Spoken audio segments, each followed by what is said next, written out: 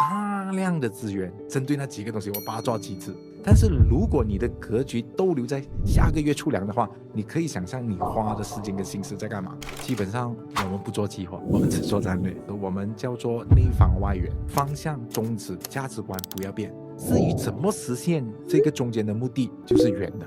怎么做都可以 ，OK， 不要犯法了，踏踏实实的做是没有错，我没有叫你不踏实的做，但是你没有必要踏实到从原始的状态开始去想这个事情。你做谁的生意，你不做谁的生意。当你懂得谁的生意是你不要做的，但当你的 creative 跟你的 innovative 专注于那个群体的时候，你就会跟别人很不一样。Low hanging fruit 就是没有难度的，其实就在你面前嘛。所有的这一些你觉得重要的 component 里面的每一个 low hanging fruit 都做到极致。